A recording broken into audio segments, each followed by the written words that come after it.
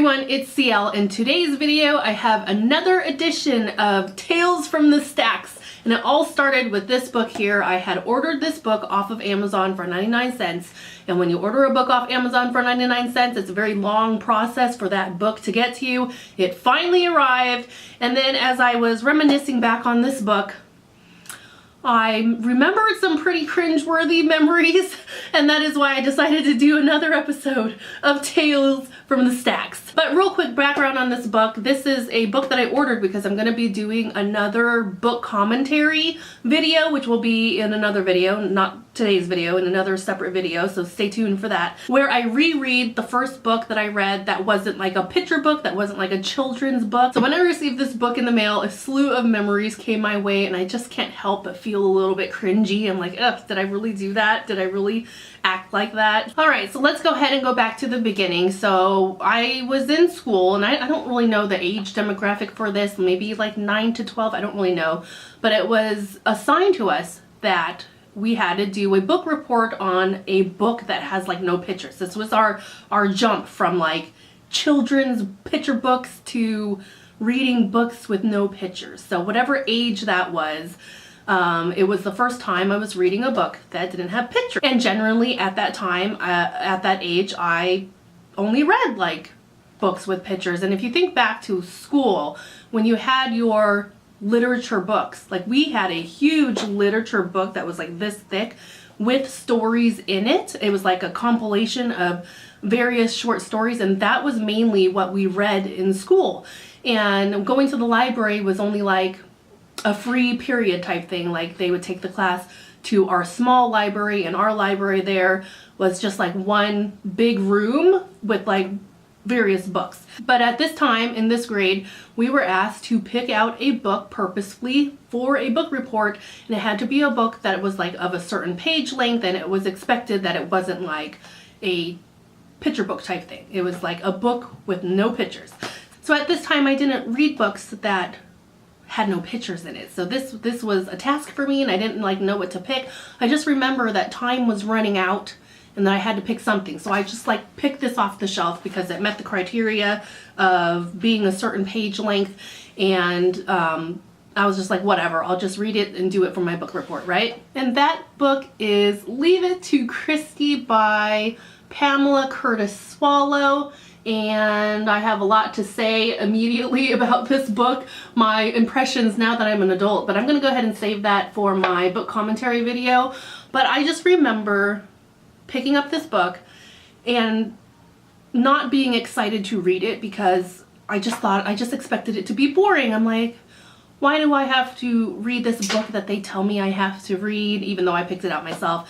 And I'm like, and I didn't really pick it out in the sense like, oh, this one looks really good. I just kind of picked it off the shelf to get it over with because our class was going back to our class. So I ended up reading the book, and I remember loving it so much. I was like, oh my gosh, this book was so great.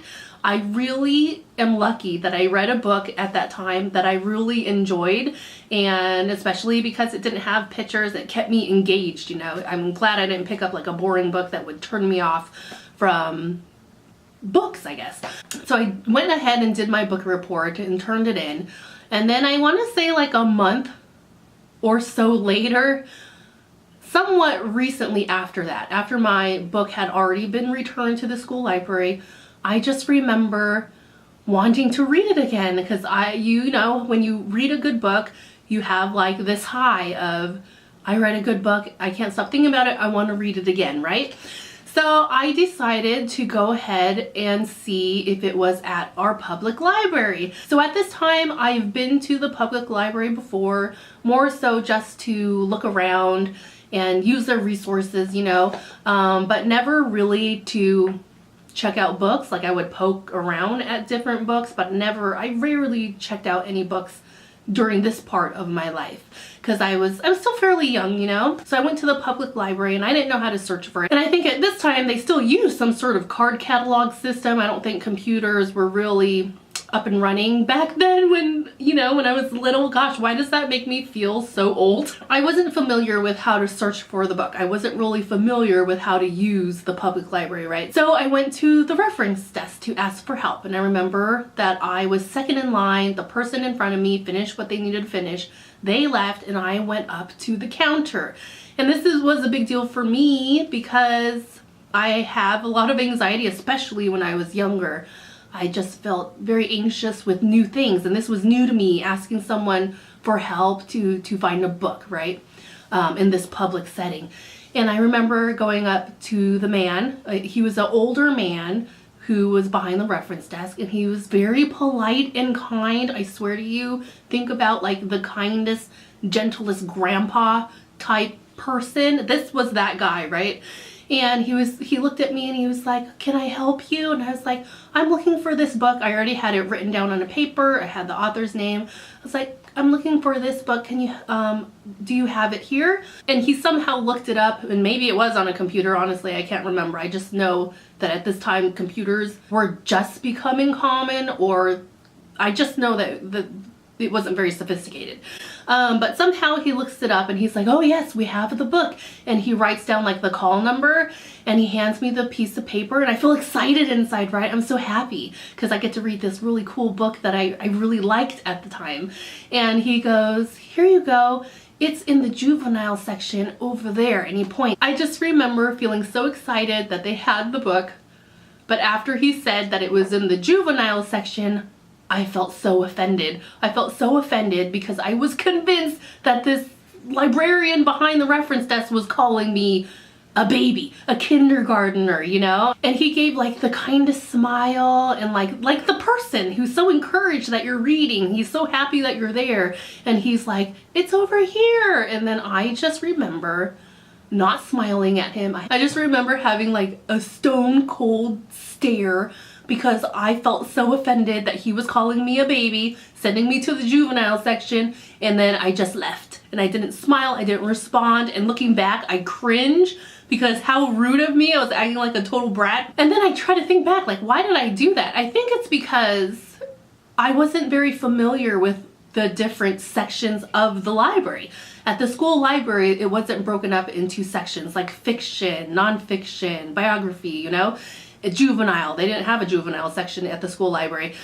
It was just one big room with books, you know? And then you would just kind of look around and pick what you want. But at the public library, it was a really big library. And it had all those sections that you would expect a library to have. And then the juvenile section. Nowadays, I know that the juvenile means like from young kids to like middle grade, you know? It's like this span of ages. It doesn't necessarily mean it's all for kindergartners, you know? But at that time, because I was just not familiar the different sections of libraries, I was convinced that he was sending me to the kindergarten section, calling me a baby, and that the book I was reading was a baby book.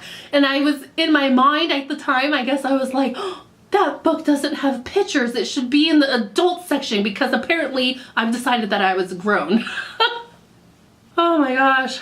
And looking back now, how embarrassing. I'm glad like nobody else was around. But you know how libraries are, especially large libraries, and then the library I grew up in was a quiet library. Like I've been to some libraries with this freaking loud, like people just talking and it's just loud, you know? But at my library when I was little, it was a very quiet library. People whispered, people were quiet, and then when you do talk, it like echoes.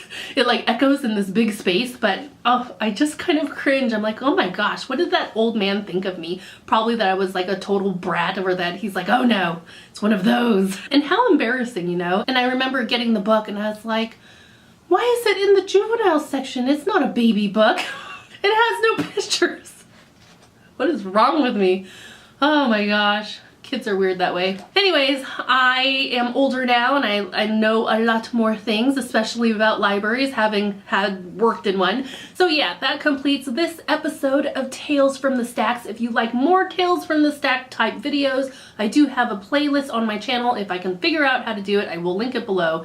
If you don't see a link below, please check the playlist section. There's plenty more Tales from the Stacks over there. So thank you so much for watching. Please let me know what you think down below, and I will see you later.